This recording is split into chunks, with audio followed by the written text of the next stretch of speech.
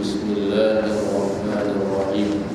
Qutila ashabul ukhdud an-nari dhatil waqud idh hum 'alayha qu'ud wa hum 'ala ma yaf'aluna bil mu'minina shuhud wa ma naqamu minhum illa an yu'minu billahil 'azizil hamid alladhi lahu mulku as-samawati wal ardh wallahu 'ala kulli shay'in shahid. Shadaqallahul 'azim.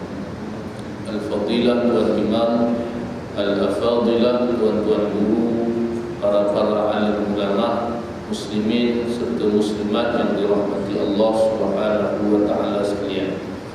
Alhamdulillah, pertama-tamanya dan selama-lamanya marilah kita sama-sama merafa'kan setinggi-tinggi rasa syukur kehadrat Allah Subhanahu wa taala kerana pada hari yang berbahagia ini kita dipertemukan di dalam majlis ilmu bagi membincangkan ayat-ayat suci Al-Quranul Karim dan juga hadis-hadis baginda Rasulullah sallallahu alaihi wasallam.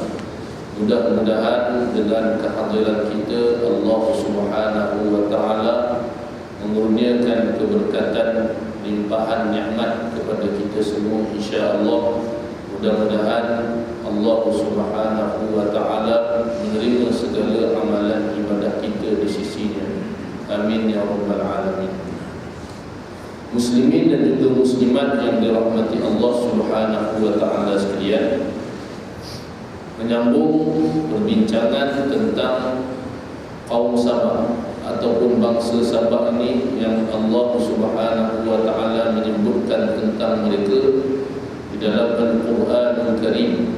Ada satu surah khas yang namanya surah Sabah, dan kita telah sama-sama membincangkan sedikit pada kuliah yang lalu tentang sejarah tamadun kehidupan orang-orang Sabah, yang mana ianya bermula daripada tahun 950 sebelum Masihi, dan pada tahun 650 sebelum Masihi raja-raja Ma'rib Sabah mereka telah membina satu empangan ataupun tembok yang dikenali sebagai tembok Ma'rib. Dan pada tahun 300 Masihi orang-orang di Yaman mereka kerap-kerap kali berlaku peperangan saudara di kalangan mereka, sehinggalah pada kemuncaknya kabilah Himyar dan juga Hamdan kerana peperangan saudara itu akhirnya melemahkan mereka dan diambil kesempatan oleh kerajaan Rom dan juga sekutunya Habsyah. Dan Habsyah pun akhirnya dapat menawan Yaman buat kali yang pertamanya pada tahun 340 Masihi. Dan ianya tak lama pada tahun 378 Masihi akhirnya Yaman mendapatkan kemerdekaannya. Setelah mereka sama-sama bersatu padu, akhirnya Habsyah dikeluarkan daripada negara Yaman. Tapi pada tahun 450 ataupun 451 Masihi, Yaman ianya telah diuji oleh Allah Subhanahu wa taala dengan satu banjir yang besar, yang Allah Subhanahu wa taala sebutkan di dalam Al-Quranul Karim sebagai Sail al-Arim. Allah Subhanahu wa taala sebutkan fa'a'radu fa'arsalna 'alaihim sail al-arim. Maka mereka pun ingkar, berpaling daripada perintah Allah Subhanahu wa taala, yang mana Allah Subhanahu wa taala nyatakan di dalam Al-Quranul Karim datangnya banjir besar ini ianya bukanlah semata-mata kejadian yang saja-saja, bahkan kerana kekufuran dan juga keingkaran mereka di atas segala titah perintah Allah Subhanahu wa taala. Dan akhirnya tembok ataupun empangan Ma'rib yang dibina pada tahun 650 sebelum Masihi itu akhirnya runtuh. Bahkan kedahsyatan Sail al-Arim ini ianya sampai kepada bumi Hijaz ataupun sampai ke Kaabah al-Musharrafah. Tuan-tuan muslimin dan juga muslimat yang dirahmati Allah Subhanahu wa taala sekalian, pada tahun 523 Masihi, seorang raja yang zalim, seorang raja Yahudi yang zalim, yang namanya dikenali sebagai Yusuf Zunuwas, dia telah membunuh orang-orang Najran ataupun orang-orang Kristian Najran secara beramai-ramai kerana diajaknya mereka untuk masuk ke dalam agama Yahudi secara kekerasan. Tapi oleh kerana keengganan mereka, akhirnya digali parit, dan parit itu dinyalakan api-api dan dicampakkan kepada mereka. Siapa-siapa yang enggan keluar daripada agamanya masuk ke dalam api tersebut. Dalam hal ini Allah Subhanahu wa taala hendak merakamkan kisah tersebut di dalam Al-Quran Al-Karim pada ayat yang kita bacakan sebentar tadi, iaitulah surah Al-Buruj, bermula daripada ayat yang keempat, kelima, keenam, ketujuh dan ke-8. Firman Allah Subhanahu wa taala, qutila ashabul ukhdud. Maksudnya cilakalah, binasalah kepada pembesar-pembesar Najran yang mereka telah menggali parit. Anna lillatil waqud, maksudnya parit api yang penuh dengan bahan bakaran, bukan setakat digali, bahkan parit itu diletakkan ataupun dinyalakan api di dalamnya untuk diseksa dan dibunuh orang-orang yang beriman secara beramai-ramai. Idhum 'alaiha qu'ud, mereka dilaknat ketika mereka duduk di sekelilingnya. Wa hum 'ala ma yaf'aluna bil mu'minina syuhud, sambil mereka melihat apa yang mereka lakukan kepada orang-orang yang beriman. Wa ma naqamu minhum illa an yu'minu billahil azizil hamid, dan mereka tidak marah dan menyiksakan orang-orang yang beriman itu melainkan kerana orang-orang itu beriman kepada Allah Subhanahu wa taala yang Maha Kuasa lagi Maha terpuji. Allazi lahu mulkus samawati wal ardh, Tuhan yang menguasai segala alam langit dan bumi.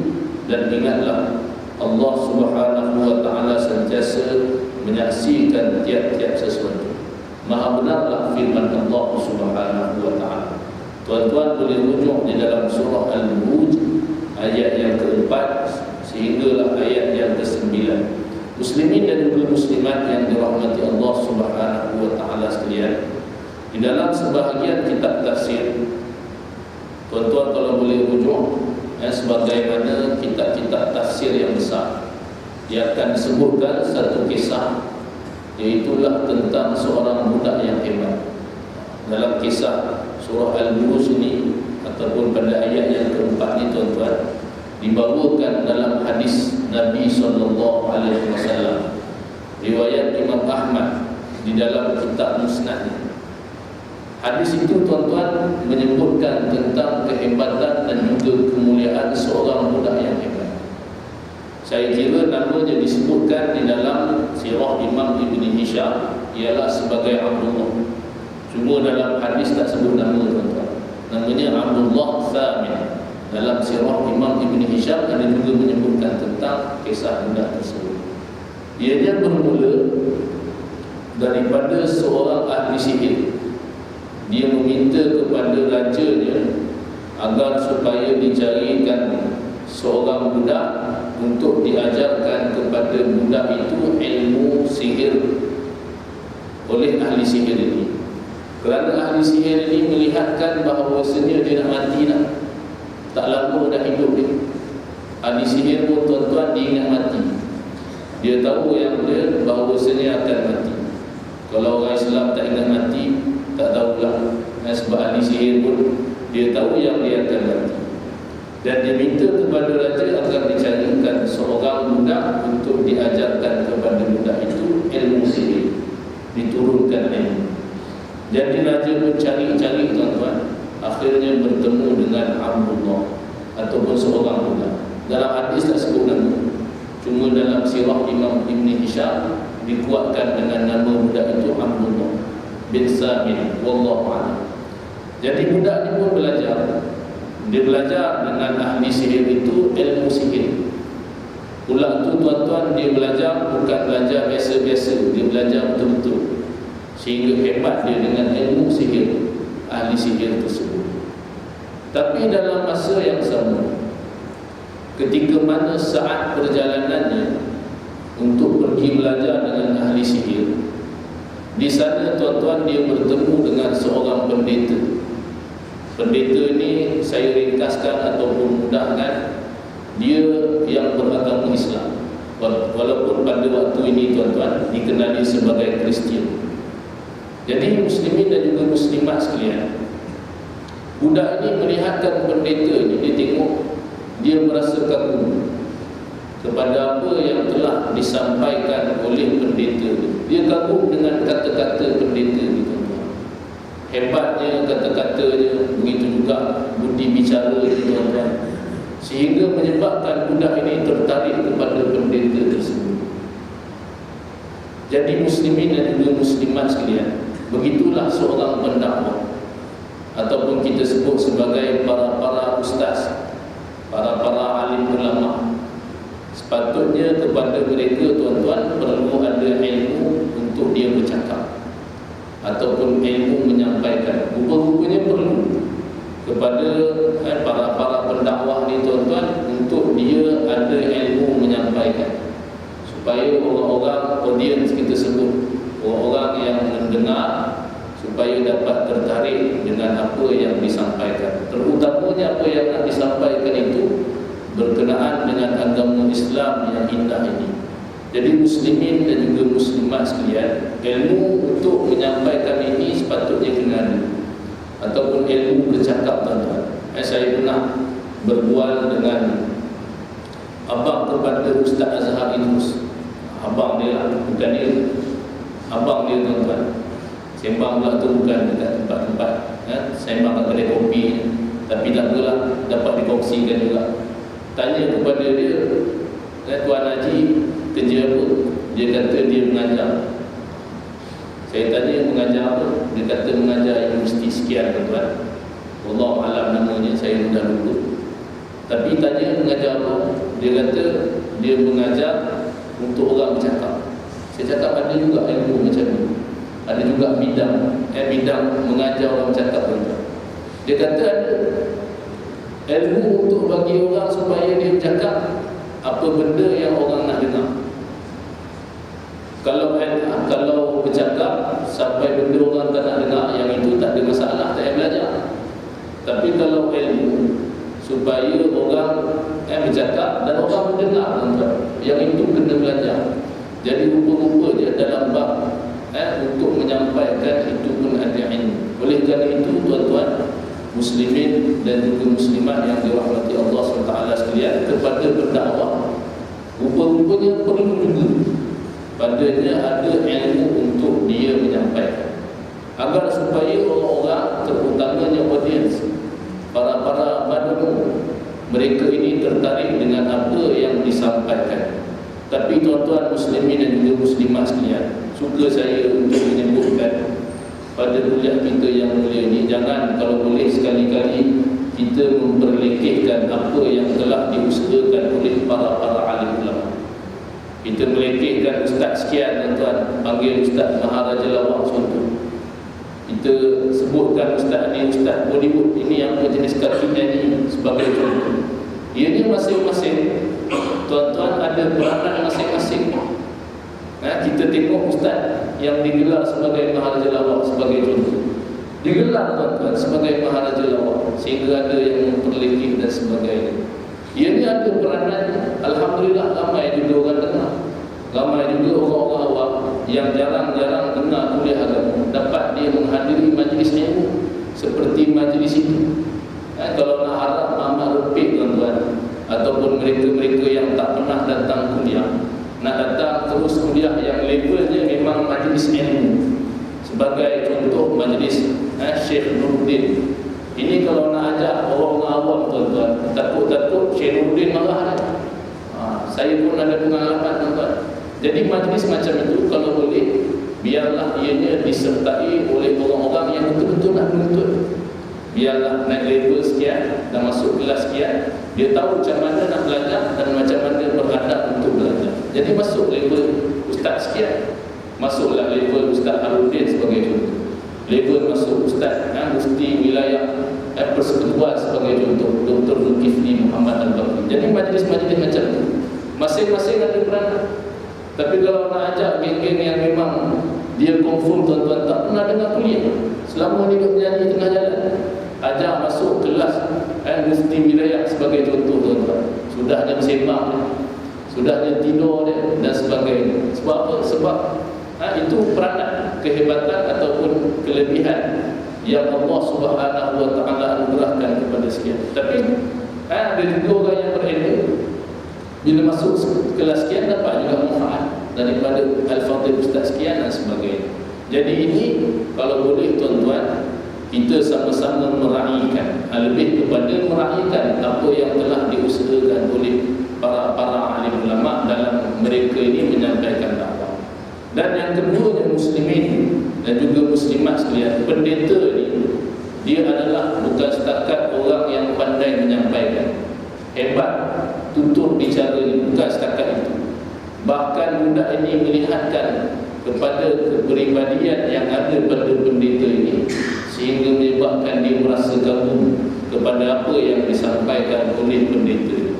Oleh kerana itu juga kepada para asatizah, para pendakwah, saya menasihatkan diri saya dan juga kepada para pendakwah tuan-tuan, biarlah kita ini menjadi orang-orang yang benar-benar beramal dengan ilmu yang dianugerahkan Allah Subhanahu wa taala. Ilmu itu diamankan. Dalam Islam, ilmu ni tuan-tuan, dia bukan bahan-bahan kelebihan semata-mata, bahkan dia adalah amanah yang akan dipertanggungjawabkan oleh Allah Subhanahu wa taala.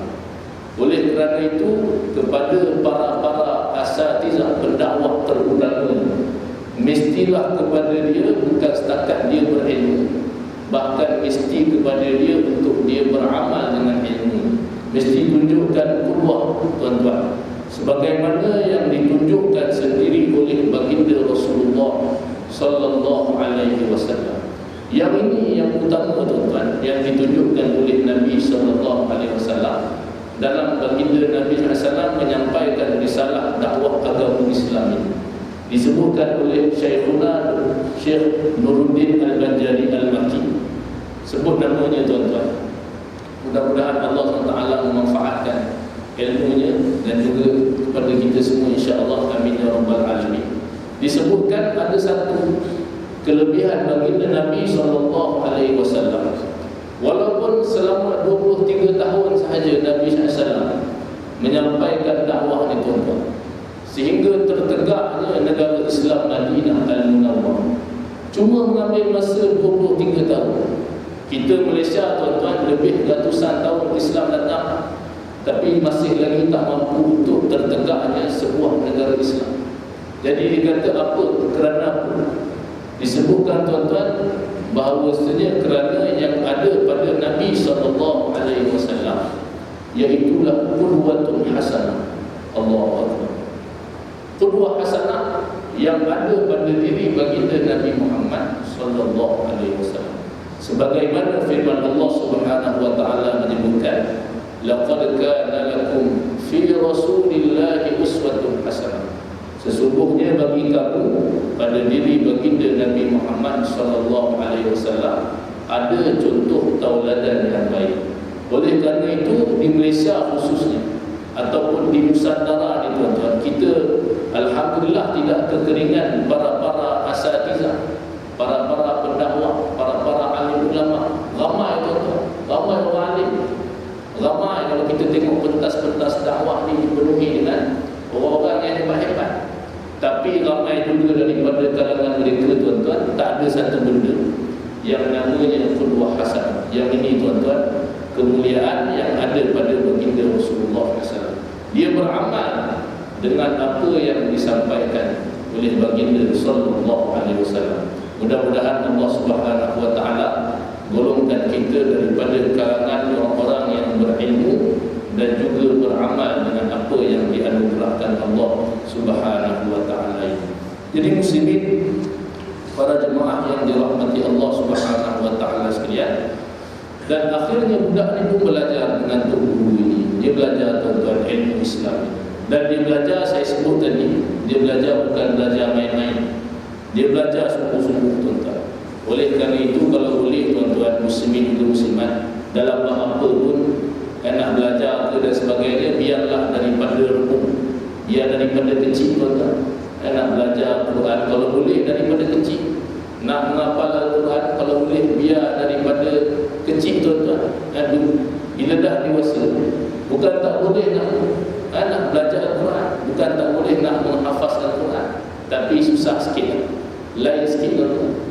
Saya teringatkan kelas saya, kelas hafazan Al-Quran di Masjid Wilayah, yang mungkin saya pernah war-warkan di Masjid Mujahidin. Kelas tu tuan-tuan, alhamdulillah masa awalnya ada sekitar 14 orang. Tapi alhamdulillah sekarang ni tinggal seorang. Seorang dia yang tinggal istiqamah. Maknanya memang susah betul nak nampak. Tuan-tuan haji ni tuan-tuan, kali pertama semangat. Bila kali kedua minta lagi untuk hafazan yang baru, dah tak boleh pergi dah tuan-tuan. Walaupun menghafal surah-surah yang biasa dibaca, Waqi'ah, surah Ar-Rahman, Al-Mulk, Yasin dan sebagainya. Tapi itulah yang namanya istiqamah. Namanya nak menghafal bukan senang. Sebab itu para alim ulama dahulu, mereka semenjak daripada kecil dah menghafal Al-Quran. Bukan tak boleh menghafal masa dewasa tua dan sebagainya tuan-tuan, tapi susah sikit. Kena usaha lebih sikit. Tapi kalau kanak-kanak, Allahu Akbar. Kerana masa ni masa yang sangat fresh untuk budak-budak. Kan kita beri yang terbaik, yang itu sebenarnya yang akan dapat kepada budak tersebut. Kalau ajar ilmu sekian, itu dapat. Tapi kalau mengajar Al-Quran tuan-tuan, ianya adalah kunci kepada ilmu. Kunci kepada ilmu sebagaimana ulama-ulama terdahulu. Sebagaimana Imam Asy-Syafi'i rahimahullah ta'ala, imam-imam yang hebat-hebat, mereka bermulanya dengan menghafaz Al-Quran Al-Karim.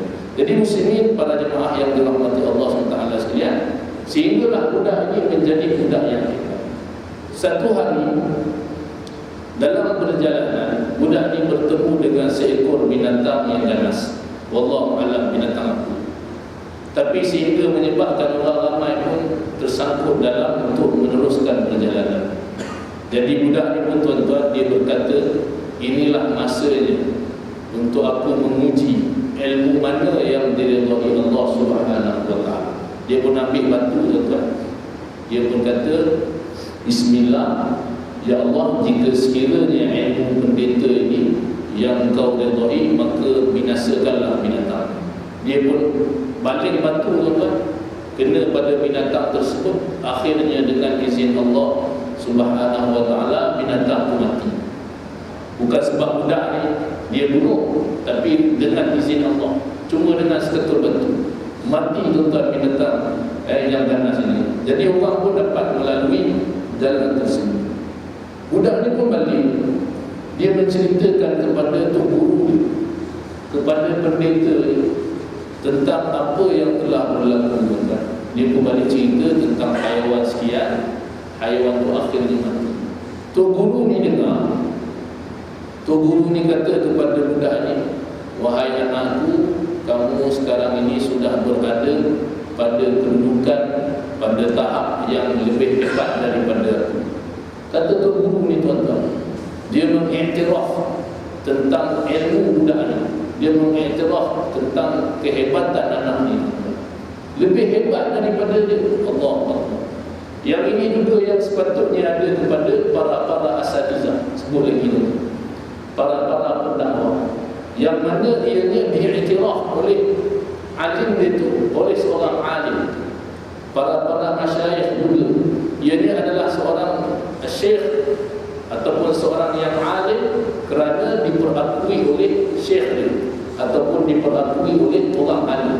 Bukannya ianya dikatakan alim kerana orang awam kata dia alim itu. Belum tentu seorang itu dia alim kerana orang awam menyatakan dia alim, tetapi sudah pasti dia alim bila mana seorang alim itu memperakui bahawasanya dia adalah seorang yang alim. Mudah-mudahan tuan-tuan faham apa yang saya maksudkan ini tuan-tuan. Nampak macam berbelit sikit, tapi yang itu situasi, sehingga supaya kita ini tidak maknanya sewenang-wenang. Sebagaimana doktor, seorang doktor ianya diiktiraf sebagai doktor bukan daripada orang awam. Kalau daripada orang awam ramai doktor, tuan-tuan, saya pun kemungkinan boleh jadi doktor. Tapi dia diiktiraf sebagai doktor kerana daripada doktor yang mengiktiraf bahawasanya ini doktor. Macam itu juga kita kiaskan ataupun istilahkan kepada ustaz, kepada para alim ulama, asyikh dan sebagainya, tuan-tuan. Ianya biarlah alim kerana orang alim berkatakan yang menyatakan dia alim, barulah betul-betul dia alim, tuan-tuan. Tapi malam 1000 kali malam kalau ada juga daripada kalangan para pendakwah yang mana mereka ni, tuan-tuan, bukan orang awam kata dia alim, bukan para masyayikh kata dia alim, tapi dia sendiri yang kata dia alim, iaitu lagi parah. Dan dia sendiri yang angkat diri dia, saya alim, saya lah al-hafiz, saya lah al-muqri dan sebagainya, macam-macam, tuan-tuan. Memang ada orang macam tu. Dia yang meletakkan, dia yang melabelkan diri dia alim sekian, dia yang melabelkan diri dia dengan laqab sekian dan sebagainya, tuan-tuan. Yang perkara ini sebenarnya juga ada berlaku kepada zaman kita hari ini, tuan-tuan. Mereka-mereka yang mengaku alim. Ma'azallahu min dzalik. Mudah-mudahan Allah SWT memelihara kita. Jadi budak ni, tuan-tuan, pada kedudukan yang hebat. Sebab tu guru dia kata dia hebat. Dan pesan tu guru, satu hari nanti kamu akan diuji oleh Allah Subhanahu wa taala dengan ujian yang berat. Tapi ketika mana kamu diuji itu, janganlah sekali-kali kamu memberitahukan bahawasanya aku yang mengajarkan kepadamu ilmu ini. Jadi budak ni, tuan-tuan, doanya mustajab. Sebagaimana doa dia banding batu tadi, sehingga haiwan nanti dengan izin Allah Subhanahu wa taala. Dia doa, tuan-tuan. Mana-mana orang yang berpenyakit kronik, siapa-siapa yang sakit, bahkan sakit kronik, bila jumpa budak ni doa dengan izin Allah sembuh penyakit. Jadi heboh di sekitar Najran. Termasuklah terdengar kepada penasihat raja. Penasihat raja ni dia adalah seorang yang buta semenjak daripada lahir. Penasihat raja bila dengar tentang budak ni boleh menyembuhkan, dia pun ambil, bawakan hadiah-hadiah yang banyak, harta-harta yang banyak. Dia bertemu dengan budak ni. Bila sampai kepada budak ni, dia kata, sembuhkan aku. Jika kamu mampu menyembuhkan aku, ini harta kamu punya. Budak ni kata, tuan-tuan, aku sekali-kali tidak mampu untuk menyembuhkan, melainkan kamu beriman kepada Allah Subhanahu wa taala. Kalau kamu beriman kepada Allah Subhanahu wa taala, aku akan berdoa kepada Allah Subhanahu wa taala dengan izin Allah Subhanahu wa taala, mudah-mudahan akan sembuh penyakit kamu. Jadi penasihat raja, tuan-tuan, tak perlu ragu-ragu, terus beriman kepada Allah Subhanahu wa taala. Dapat seorang beriman, tuan-tuan. Penasihat raja, ini hebat ni, pendakwah dibuat kerana Allah Subhanahu wa taala. Jadi dapat seorang beriman kepada Allah, budak ni berdoa dengan izin Allah Subhanahu wa taala, sebagaimana Allah Subhanahu wa taala memakbulkan doa dia ketika mana untuk membunuh binatang tadi. Akhirnya penyakit penasihat raja yang buta semenjak daripada lahir, tuan-tuan, akhirnya sembuh dengan izin Allah Subhanahu wa taala. Sakit ini daripada Allah, yang menyembuhkan juga adalah Allah Subhanahu wa taala. Jadi ikhtiar, tuan-tuan, dengan berbagai-bagai macam cara.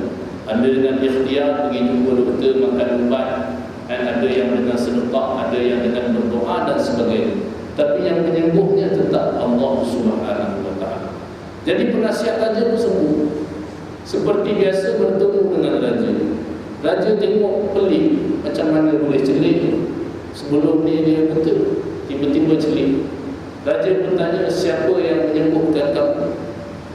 Penasihat dia kata, Tuhanku yang telah menyembuhkan aku. Lalu raja bertanya balik, maksud kamu aku yang menyembuhkan kamu? Penasihat dia kata, bukan, Tuhanku dan juga Tuhan kamu adalah Allah Subhanahu wa taala. Raja pun, tuan-tuan, bila dengar macam itu, dia terperanjat. Dia tanya sekali lagi, Maksud kamu ada Tuhan selain daripada aku? Lalu penasihat kata, Tuhanku dan juga Tuhan kamu adalah Allah Subhanahu wa ta'ala. Lalu penasihat ini pun disiksa, sehingga akhirnya dia menunjukkan kepada raja, budak ini yang mengajarkan kepada dia ilmu. Dipanggil budak yang hebat ini. Budak ini disiksa dan akhirnya budak ini pula tunjukkan kepada raja tentang pendeta atau guru inilah yang mengajarkan kepada dia ilmu. Jadi tuan-tuan, kepada pendeta pun dipanggil. Untuk pendeta ditawarkan sama ada dia mahu keluar daripada agamanya ataupun tidak. Kalau dia mahu keluar daripada agama akan diselamatkan.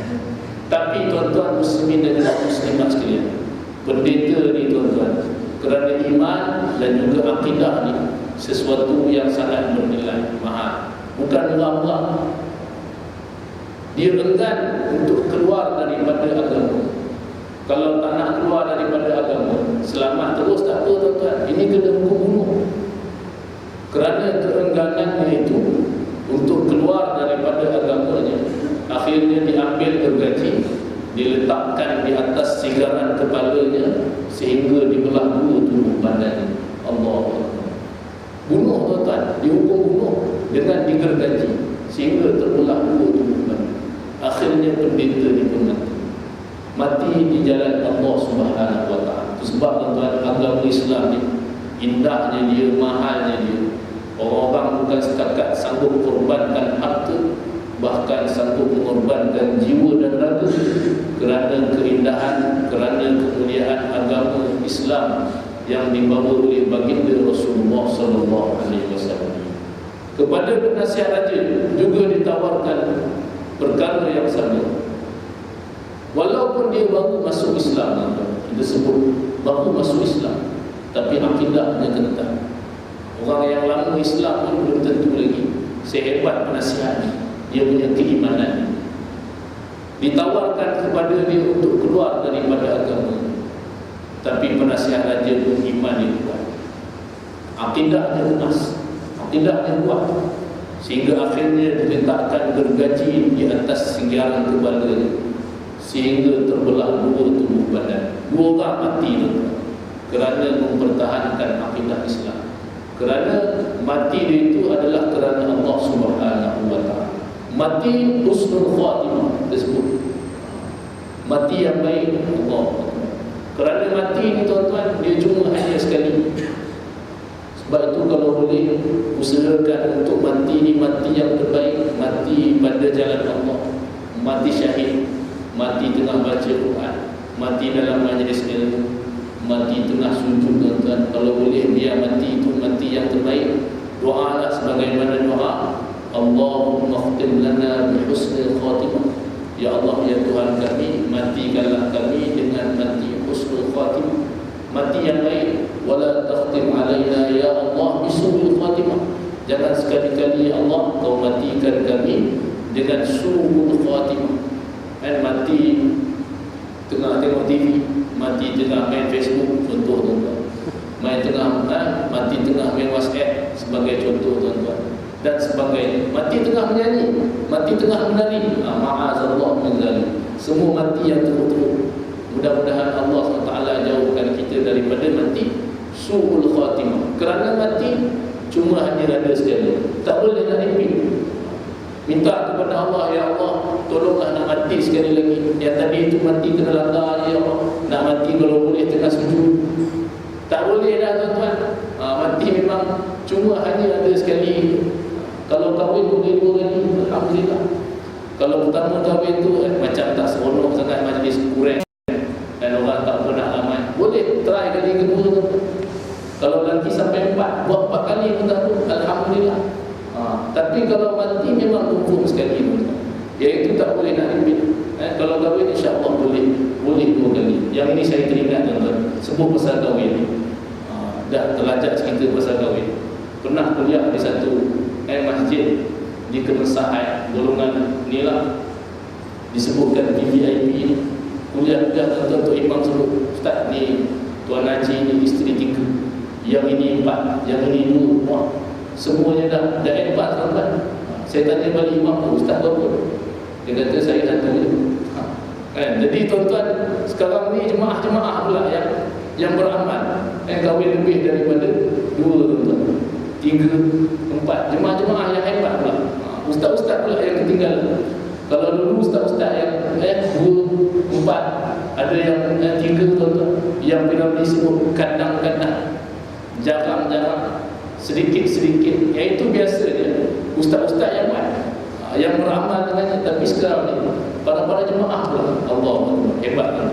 Jadi kepada budak ni, dia tidak dibunuh begitu saja. Budak ni tuan-tuan, raja perintahkan kepada pengawal-pengawal bawa budak ini di pergunungan. Bila sampai di puncak nanti, tawarkan kepada dia, sama ada dia mahu keluar daripada agama ataupun sebaliknya. Kalau dia mahu keluar, selamatkan dia. Tapi kalau dia enggan, campakkan budak ini daripada puncak bukit. Pengawal pun bawa sehingga sampai di puncak bukit. Sebelum sempat menawarkan kepada budak ni doa tuan-tuan. Ya Allah, ya Tuhanku, selamatkanlah aku daripada kejahatan mereka. Dan doa budak ni doa yang mustajab, dengan izin Allah Subhanahu wa taala, yang mana Allah Subhanahu wa taala lah yang menyembuhkan penyakit penasihat raja tadi dengan izinnya. Begitu juga yang mematikan binatang tadi, dan juga dengan izin Allah. Allah SWT melindungi budak ni daripada kejahatan pengawal-pengawal raja. Sebelum sempat ditawarkan tuan-tuan, tiba-tiba gunung pun berguncang. Akhirnya pengawal-pengawal ni semua jatuh mati tuan-tuan, jatuh mati. Budak ni dipelihara Allah Subhanahu wa taala. Dia pun turun, dia pergi berjumpa, dia pergi istana, akhirnya berjumpa dengan raja. Raja pelik tengok dia tuan-tuan, pelik. Macam mana boleh sihat, boleh selamat? Tanya raja, apa yang telah berlaku kepada pengawal-pengawal? Budak ni pun cakap, Allah Subhanahu wa taala telah memelihara aku daripada kejahatan mereka. Raja tak puas hati. Dia panggil pengawal yang lain, diarahkan untuk dibawa budak ni di tengah-tengah laut. Sampai di tengah laut, tawarkan sebagaimana tawaran yang pertama. Kalau dia enggan, maka campakkan dia di tengah-tengah laut. Laut tuan-tuan, ya Allah, ianya juga makhluk Allah. Kedalamannya muslimin juga muslimat. Kalau dalam bicara MH370 berganda-ganda KLCC tuan-tuan, maknanya dalam semua. Bila sampai di tengah laut, budak ni doa. Pengawal ni bawa sampai tengah laut, budak ni doa sebagaimana yang pertama, ya Allah, ya Tuhanku, selamatkanlah aku daripada kejahatan mereka. Lalu dengan izin Allah, akhirnya laut pun ombak bergelumang dan berbagai-bagai lagi yang saya tak tahu nak sebut istilahnya. Sehingga akhirnya pengawal-pengawal raja yang nak menenggelamkan budak ni, akhirnya mereka yang tenggelam. Mati semua, budak ni selamat. Tak mati lagi. Dia pun terus pergi ke istana raja, bertemu dengan raja, jumpa dengan raja tuan-tuan. Raja pelik, macam mana boleh selamat? Tanya raja kepada budak, apa yang telah berlaku kepada pengawal-pengawal? Budak ni menjawab, Allah Subhanahu wa taala telah menyelamatkan aku daripada kejahatan mereka. Ini budak ni tuan-tuan mendapat perlindungan daripada Allah Subhanahu wa taala. Orang yang bertakwa biasanya akan dilindungi Allah Subhanahu wa taala. Jadi budak ni kata kepada raja, kamu wahai raja, sekali-kali kamu tak mampu untuk membunuh. Dah berapa kali dah nak bunuh budak ni, tak mati-mati. Sampai budak ni kata macam tu tuan-tuan. Dia kata kepada raja, kamu sekali-kali tak mampu nak membunuh, melainkan kamu melaksanakan apa yang aku perintah. Wah, budak ni pula nak perintah raja. Raja tadi dia perintah sekian-sekian, kali ni budak ni pula yang nak perintah dia. Disebutkan bahawa sebenarnya budak ni dia sedang meremeh-remehkan, memperlekeh-lekehkan raja tu. kamu nak bunuh aku, melainkan kamu mesti ikut perintah. Raja pun mungkin raja dia tengok kiri kanan mungkin Allah Allah, tapi tak sebut dalam hadis. Dia tanya kepada budak ni, apa yang perlu aku lakukan? Budak ni cakap cara tips untuk membunuh dia. Ini dia cara. Dia kata himpunkan orang ramai di sebuah dataran, di sana saliblah dan gunakanlah daripada anak panah, busur anak panah itu, sambil membaca Bismillahirrahmanirrahim, dan campakkanlah panah itu kepada. Itu je cara. Raja ni pun tuan-tuan tak ada pilihan. Tadi dah try macam-macam, letak atas bukit tak mati, di tengah laut pun tak mati. Yang ini cara ni lah yang mudah dibagi, tips untuk bunuh ni. Macam tu lah lebih kuat. Jadi raja pun bersetuju tuan-tuan. Budak ni kata, kalau kamu melaksanakan yang demikian, kamu mampu untuk membunuh. Tapi kalau kamu tak ikut, sekali-kali kamu tak mampu nak membunuh. Raja pun ikut tuan-tuan. Dipanggilnya orang ramai di sebuah dataran. Orang ramai mendatang tuan-tuan untuk menyaksikan peristiwa yang hebat. Budak ni tak mati-mati, dibunuh dengan berbagai cara tak mati. Jadi nak tengoklah dalam peristiwa hebat budak ni tuan-tuan. Panggil orang, dan budak ni pun disalib di tengah orang ramai itu. Raja pun mengambil anak panah. Anak panah ni milik budak, sambil membaca Bismillahirrahmanirrahim, dan dia melepaskan anak panah. Maksudnya dengan nama Allah, Tuhan kepada budak. Allah Subhanahu wa ta'ala lah, dengan izinnya Allah Subhanahu wa ta'ala mematikan binatang tadi. Allah Subhanahu wa ta'ala dengan namanya jugalah akhirnya sembuh penyakit-penyakit orang-orang di Najran, termasuk penyakit penasihat raja. Allah Subhanahu wa ta'ala lah yang melindungi budak ni daripada dibunuh oleh pengawal-pengawal raja.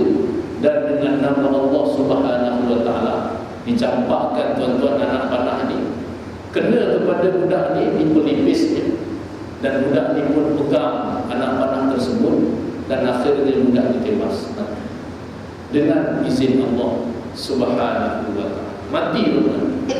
Orang ramai yang melihat peristiwa ini, masing-masing yang menyaksikan terus beriman secara serentak. Masing-masing mengucapkan amanna bi rabbil ghulam, kami beriman dengan Tuhan budak ini. Allahu akbar. Budak ni tuan-tuan, dia mati dia kerana Allah. Mati dia itu kita sebut kerana Allah Subhanahu wa ta'ala. Disebutkan dalam sirah Imam Ibn Hisham tuan-tuan, tentang pada zaman Sayyidina Umar Al-Khattab radhiyallahu anhu. Kalau tuan-tuan boleh rujuk sirah Imam Ibn Hisham dalam kisah budak Abdullah Samin, bahawasanya ada seorang di Najran, dia sedang untuk mengapa-ngapakan satu tanah, wallahu a'lam nama rumah ke apa. Dia buat tuan-tuan korek-korek, lalu dia bertemu dengan Abdullah budak. Yang ni tuan-tuan boleh rujuk dalam sirah Ibn Hisham. Saya ulang dua kali tuan-tuan. Maksudnya korek tanah, jumpa dengan Abdullah budak. Dia dalam keadaan sedang duduk, dan mayatnya seperti sedia kala. Memang orang yang mati pada jalan Allah ni tuan-tuan, Tuhan pelihara jasadnya Allah. Ini kebenaran agama Allah Subhanahu wa ta'ala. Tuhan pelihara, bukan setakat dia punya roh, bahkan jasadnya Allah SWT pelihara. Mereka-mereka yang mati pada jalan Allah. Sebab itu mati ni tuan-tuan, dia cuma hanya sekali, dia mati yang husnul khatimah. Mudah-mudahan Allah SWT golongkan kita daripada kalangan mereka-mereka yang mati husnul khatimah. Amin ya rabbal alamin. Budak ni dikatakan di dalam kuburnya itu darahnya masih mengalir. Bila mana dia angkat tangannya, darah mengalir. Bila mana dia letakkan tangan, darah berhenti. Itulah seperti mana yang disebutkan. Diberitahu kepada Sayyidina Umar Al-Khattab radhiyallahu anhu. Sayyidina Umar masa itu jadi khalifah. Sayyidina Umar suruh perintahkan supaya jangan diapa-apakan tanah tersebut. Biarkan Abdullah seperti sedia kala, seperti keadaan dia, dan jangan diapa-apakan tempat makam Abdullah Samin itu. Jadi muslimin juga muslimat, ini bukti tentang kebenaran indahnya kebenaran agama Allah Subhanahu wa taala. Sehingga mereka yang berjuang mati pada jalan Allah, ianya dipelihara oleh Allah Taala di dunia, bahkan lebih-lebih lagi pada hari akhirat. Dan kerana matinya budak ni tuan-tuan, bila mati dia, orang-orang ramai terus masuk Islam. Masing-masing mengucapkan amanna bi rabbil ula, kami beriman kepada Tuhan dunia. Dah mati, dan juga kematian itu akan menyebabkan orang lain semua beriman. Allah. Yang inilah yang digelar sebagai pencetus ummah. Budak ni tuan-tuan, kita gelar sebagai pencetus ummah kerana dia lah akhirnya ramai masuk Islam, ramai beriman kepada Allah. Ini cetusan daripada yang pencetus ummah yang sekarang ni tuan-tuan belum tentu lagi ya. Tapi tetap programnya nama dia pencetus ummah. Tapi cetusan kepada orang belum tentu lagi ya. Itu mudah-mudahan ada juga. Ini saya sebut tuan-tuan sebagai selingan. Sebab yang ini mati dia habis ribuan masuk Islam. Allah. Yang ini bukan senang itu. Kerana matinya itu akhirnya ramai yang memeluk agama Allah. Jadi raja pun tuan-tuan panik. Masing-masing beriman, penasihat dia pun datang. Wahai tuan, inilah saatnya yang Tuhan bimbangkan. Orang-orang semua dah beriman kepada Allah Subhanahu wa taala. Raja pun tuan-tuan dalam keadaan yang panik dan juga murka, dia perintahkan kepada pembesar-pembesar untuk digali parit dan dinyalakan api dalam parit itu. Mana-mana orang yang beriman, campakkan dia ke dalam. Mana-mana yang mahu keluar daripada agamanya, selamatkan dia. Ramai kali parit pembesar-pembesar Najran dinyalakan api. Disebutkan dalam hadis tuan-tuan bahawasanya orang-orang yang beriman ini berbondong-bondong lagi pergi ke dalam parit. Nak mati pada jalan Allah. Ini sebenarnya Allah Alam, nikmat orang mati syahid. Orang mati pada jalan Allah. Biasa mati kita sebut mati ni sakit lah, takut mati. Tapi rupanya mati pada jalan Allah ni tuan-tuan, nikmat. Sehingga dikatakan nikmat nombor satu di atas muka bumi ini bukan setakat nikmat kahwin. Nikmat kahwin ni tuan-tuan, nombor dua, jatuh tangga nombor dua. Nikmat nombor satu iaitulah mati syahid. Allah. Bila orang mati syahid, dia nak mati lagi sebab sedap sangat, nikmat sangat. Yang ini saya tak pernah rasa tuan-tuan, tapi itulah yang dikhabarkan. Memang tak pernah rasa lah, tapi nama saya Mujahid. Mudah-mudahan Allah SWT kurniakan mati syahid insya-Allah. Amin ya rabbal alamin. Tapi tak pernah rasa, tapi sedap sungguh mati pada jalan Allah. Rupa-rupanya nikmat. Tapi yang itu khusus kepada mereka-mereka yang benar-benar mati pada jalan Allah, syahid di jalan Allah Subhanahu wa taala. Sebab itu kadang-kadang orang mati syahid kita tengok wajahnya tersenyum. Jaranglah mereka ni tuan-tuan, orang mati syahid ni kita tengok wajahnya duka cita dan sebagainya. Ada yang tersenyum sebab nikmat sangat. Jadi orang-orang di Najran ni masing-masing masuk berbondong-bondong. Tanpa ada sebarang ragu-ragu masuk ke dalam parit yang Allah Subhanahu wa taala sebutkan di dalam Al-Quranul Karim, wa ma naqamu wa hum ala ma yaf'aluna bil mu'minina syuhud. Sambil mereka melihat apa yang mereka lakukan kepada orang-orang yang beriman. Mereka-mereka yang masuk ke dalam parit ini adalah daripada kalangan-kalangan yang kemas iman. Mereka-mereka yang beriman kepada Allah Subhanahu wa taala. Jadi mereka masuk dalam parit tanpa ragu-ragu, melainkan sampai turn kepada seorang ibu. Ibu ni tuan-tuan, tiba-tiba dia merasa ragu-ragu. Itu pula kerana anak dia yang sedang disusui. Tengok budak, tengok anak yang sedang disusui tuan-tuan, dia pun rasa berat hatinya untuk masuk ke dalam parit, mengenangkan anak dia. Jadi tiba-tiba dengan izin Allah Subhanahu wa taala, anak itu bercakap, bayi itu bercakap kepada ibu, wahai ibu, kita berada pada jalan yang diridhai Allah Subhanahu wa taala. Jadi ibu ni pun tuan-tuan tanpa ragu-ragu, dia pun masuk ke dalam balik bersama dengan anak. Jadi mereka ini akhirnya mati pada jalan Allah Subhanahu wa taala sebagaimana yang Allah Subhanahu wa taala sebutkan di dalam Al-Qur'an Al-Karim, wa ma naqamu minhum illa an yu'minu billahil azizil hamid. Dan mereka tidak marah dan menyeksakan orang-orang yang beriman itu melainkan kerana orang-orang itu beriman kepada Allah Subhanahu wa taala yang maha kuasa lagi maha terpuji, alladzi lahu mulkus samawati wal ardh, Tuhan yang menguasai segala alam langit dan bumi, wallahu ala kulli syai'in syahid. Dan demikianlah Allah Subhanahu wa taala sentiasa menyaksikan tiap-tiap sesuatu. Disebutkan dalam Rahiqul Maktum karangan Syekh Safiyur Rahman Al-Mubarakfuri bahawasanya bilangan mereka yang mati ini adalah sekitar 20 hingga 30 ribu orang yang mati itu. Mati beramai-ramai pada jalan Allah Subhanahu wa taala. Kalau dulu dalam peristiwa di Mesir tuan-tuan ada sekitar 3,000 4,000 itu ramai dah mati. Ya Allah, bergelimpangan mayat-mayat. Satu ketika, tak silap saya 2013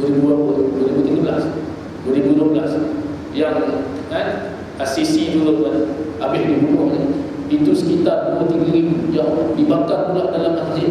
Ya Allah, dahsyatnya itu 2-3 ribu pun dah ramai. Tapi yang diriwayatkan 20 hingga 30 ribu orang yang mati, yang mana mereka ni mempertahankan agama Allah Subhanahu wa taala. Tapi disebutkan bahawasanya dalam ramai-ramai ini ada seorang terselamat yang bernama Daud Zusalam. Dia sempat lari, dia pergi bertemu dengan Raja Rom. Dia repot tentang kezaliman Yusuf Zuruas. Pula tu memang Rom sebelum ni dengan Habsyah memang pernah jajah Yaman. Tiba-tiba Raja Yusuf Zuruas buat zalim kepada penduduk Najran. Akhirnya Raja Rom ni pun utus surat kepada Raja Habsyah. Raja Habsyah pun sediakan lebih kurang 70,000 bala tentera yang diketuai oleh Ariyad, panglima dia, dan juga timbalan panglima yang bernama Abrahah As-Samma. Jadi Abrahah ni tuan-tuan dan juga Ariyad pergi gempur bumi Yaman, dan akhirnya Yaman dijajah buat kali yang kedua ni. Jadi muslimin juga muslimat yang dirahmati Allah SWT sekalian, saya kira cukup setakat itu saja. InsyaAllah kalau nak sambung pula tuan-tuan nanti habis pukul 8 pula cerita Allah.